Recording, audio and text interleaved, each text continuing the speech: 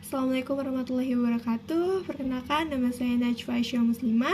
Di sini saya akan sedikit menjelaskan mengenai evaluasi program BK. Sebelum saya membahas ke materi, saya akan sedikit memberitahu apa saja yang akan saya bahas. Yang pertama yaitu pembahasan yang akan saya bahas yaitu tentang pengertian, tujuan, dan fungsi evaluasi. Lalu yang kedua ada aspek-aspek evaluasi. Yang ketiga prosedur pelaksanaan dan metode evaluasi program BK. Dan yang terakhir yaitu langkah-langkah evaluasi. Adapun pengertian dari evaluasi. Evaluasi adalah suatu usaha mendapatkan berbagai informasi secara berkala, berkesinambungan, dan menyeluruh tentang proses dan hasil dari perkembangan sikap dan perilaku, atau tugas-tugas perkembangan para siswa melalui program kegiatan yang telah dilaksanakan. Dalam keseluruhan kegiatan layanan bimbingan dan konseling, penilaian diperlukan untuk memperoleh umpan balik terhadap keefektifan layanan bimbingan yang telah dilaksanakan. Adapun tujuan dari evaluasi program bimbingan BK itu sendiri, yaitu kegiatan evaluasi yang bertujuan untuk mengetahui keterlaksanaan kegiatan dan ketercapaian tujuan dari program yang telah ditetapkan.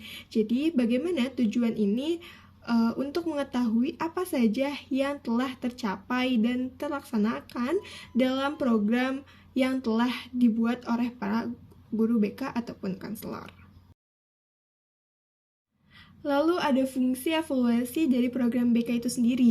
Yang pertama yaitu memberikan umpan balik atau feedback kepada guru pembimbing atau konselor untuk memperbaiki atau mengembangkan program bimbingan dan konseling. Lalu yang kedua yaitu memberikan informasi kepada pihak pimpinan sekolah, guru mata pelajaran, dan orang tua siswa tentang perkembangan sikap dan perilaku atau tingkat kepercayaan tugas-tugas perkembangan siswa agar secara bersinergi atau berkolaborasi meningkatkan kualitas implementasi program BK di sekolah. Itu merupakan fungsi dari evaluasi program BK sendiri. Aspek-aspek evaluasi. Ada dua macam aspek kegiatan penilaian program kegiatan bimbingan, yaitu penilaian proses dan juga penilaian hasil.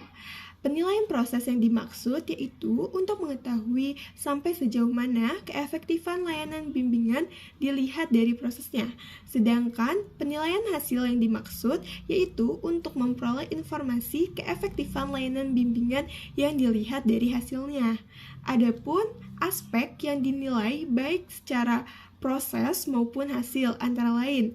Yang pertama yaitu kesesuaian antara program dengan pelaksanaan. Lalu yang kedua yaitu keterlaksanaannya program. Yang ketiga, hambatan-hambatan yang dijumpai. Lalu yang keempat yaitu dampak layanan bimbingan terhadap kegiatan belajar dan mengajar. Lalu yang kelima yaitu respons siswa, personel sekolah, orang tua, dan juga masyarakat terhadap layanan bimbingan. Prosedur pelaksanaan dan metode evaluasi program BK.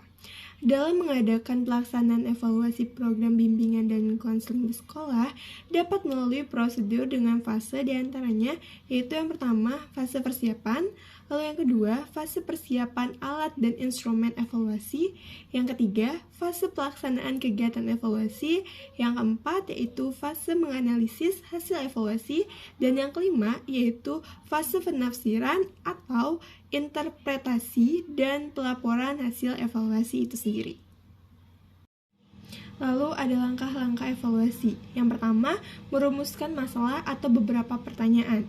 Pertanyaan-pertanyaan itu pada dasarnya terkait dengan dua aspek pokok yang dievaluasi, yaitu yang pertama, tingkat keterlaksanaan program atau kita sebut dengan aspek proses. Dan yang kedua yaitu tingkat ketercapaian tujuan program atau aspek hasil. Lalu yang kedua yaitu mengembangkan atau menyusun instrumen pengumpul data. Instrumen itu diantaranya yaitu inventory, angket, pedoman wawancara, dan juga studi dokumentasi. Lalu yang ketiga ada mengumpulkan dan menganalisis data. Jadi setelah data diperoleh, maka data akan dianalisis, yaitu data apa saja yang telah yang telah ataupun belum terlaksanakan, serta tujuan mana saja nih yang telah dan belum tercapai. Lalu yang keempat, melakukan tindak lanjut atau follow up. Yang pertama itu memperbaiki hal-hal yang dipandang lemah, kurang tepat, atau kurang relevan dengan tujuan yang ingin dicapai, serta mengembangkan program dengan cara merubah atau menambah beberapa hal yang dipandang dapat meningkatkan kualitas dan keefektifan program. Baik, presentasi telah selesai. Terima kasih telah menyaksikan video ini hingga akhir. Mohon maaf apabila ada kesalahan kata.